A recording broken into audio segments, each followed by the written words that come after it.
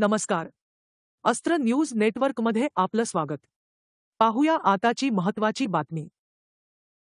भारताचा इतिहास हा गौरवशाली इतिहास असून मुलांना तो समजल्याशिवाय त्यांच्या मनात देशप्रेमाची भावना निर्माण होणार नाही, असे प्रतिपादन राज्याचे कौशल्य, रोजगार, उद्योजकता व नाविन्यता विभागाचे मंत्री मंगलप्रभात लोढा यांनी केले. ITIमध्ये प्रथमच विजय दिवस साजरा केला जात असून भारताचा गौरवशाली इतिहास मुलांना कळावा हाच विजय दिनाचा मुख्य उद्देश आहे, असेही ते म्हणाले.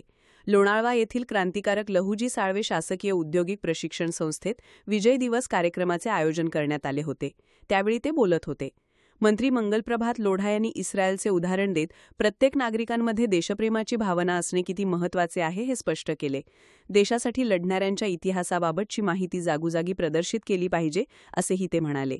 लोणावळा शासकीय औद्योगिक प्रशिक्षण संस्थेमध्ये 14 विविध प्रकारचे कोर्सेस सुरू असून अजून छोटे कोर्सेस सुरू करण्याचा विचार आहे. विद्यार्थ्यांना बोलते करून त्यांच्यातील आत्मविश्वास वाढवण्यासाठी प्रयत्न केले पाहिजेत.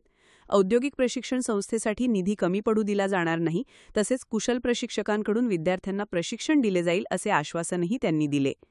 लोणावळ्यात पर्यटनासाठी मोठ्या संख्येने लोक येत असल्याने विद्यार्थ्यांनी हॉस्पिटॅलिटी व्यवसायात पुढे येणे गरजेचे आहे, असेही त्यांनी नमूद केले.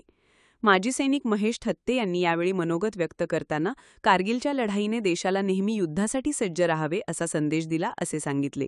या युद्धामुळे भारताची प्रगल्भता वाढली असून युद्धाचा चांगला अनुभव मिळाला आहे, असेही ते म्हणाले. कार्यक्रमाच्या सुरुवातीला कारगिल युद्धात शहीद झालेल्या जवानांना आदरांजली अर्पण करण्यात आली.